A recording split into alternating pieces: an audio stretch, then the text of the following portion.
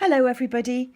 Just in case you're running out of books, I thought I would read you one that my children used to enjoy when they were little. This is called Revolting Rhymes by Roald Dahl, and it's illustrated by Quentin Blake. Cinderella.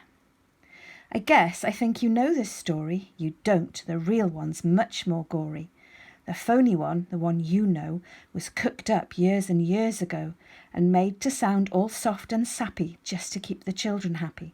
Mind you, they got the first bit right, the bit where, in the dead of night, the ugly sisters, jewels and all, departed for the palace ball.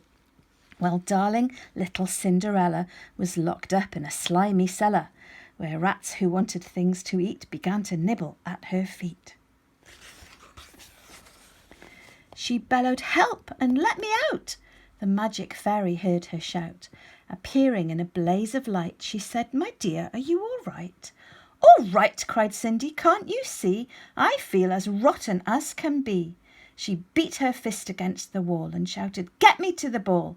There is a disco at the palace. The rest have gone and I am jealous. I want a dress, I want a coach, and earrings and a diamond brooch, and silver slippers, 2 of those, and lovely nylon pantyhose. Done up like that, I'll guarantee the handsome prince will fall for me." The fairy said, "Hang on a tick." She gave her wand a mighty flick, and quickly, in no time at all, Cindy was at the palace ball. It made the ugly sisters wince to see her dancing with the prince. She held him very tight and pressed herself against his manly chest. The prince himself was turned to pulp. All he could do was gasp and gulp. Then midnight struck. She shouted, "Heck! I've got to run to save my neck." The prince cried, "No, alas, alack!" He grabbed her dress to hold her back. As Cindy shouted, "Let me go!" the dress was ripped from head to toe. She ran out in her underwear and lost one slipper on the stair. The prince was on it like a dart. He pressed it to his pounding heart. "The girl this slipper fits," he cried, "tomorrow morn shall be my bride. I'll visit every house in town until I've tracked the maiden down." Then, rather carelessly, I fear, he placed it on a crate of beer. At once, one of the ugly sisters, the one whose face was blotched with blisters, sneaked up and grabbed the dainty shoe and quickly flushed it down the loo. Then in its place she calmly put the slipper from her own left foot. Aha! You see, the plot grows thicker, and Cindy's luck starts looking sicker. Next day the prince went charging down to knock on all the doors in town. In every house the tension grew. Who was the owner of the shoe? The shoe was long and very wide. A normal foot got lost inside. Also, it smelled a wee bit icky. The owner's feet were hot and sticky. Thousands of eager people came to try it on, but all in vain. Now came the ugly sisters' go. One tried it on. The prince screamed, "No!" But she screamed, "It fits, whoopee! So now you've got to marry me." The prince went white from ear to ear. He muttered, "Let me out of here." "Oh, no, you don't. You made a vow. There's no way you can back out now."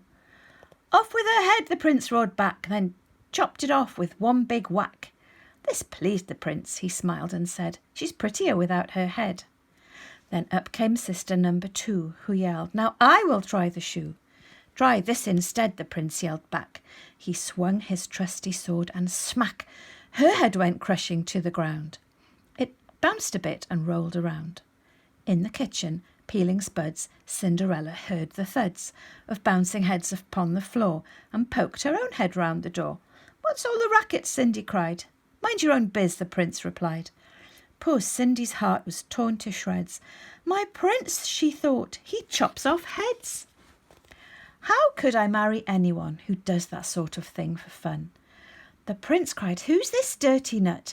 Off with her nut, off with her nut." Just then, all in a blaze of light, the magic fairy hove in sight. Her magic wand went swoosh and swish. "Cindy," she cried, "come make a wish. Wish anything and have no doubt that I will make it come about." Cindy answered, "Oh, kind fairy, this time I shall be more wary. No more princes, no more money. I have had my taste of honey. I'm wishing for a decent man. They're hard to find. Do you think you can?" Within a minute Cinderella was married to a lovely fella, a simple jam maker by trade, who sold good homemade marmalade.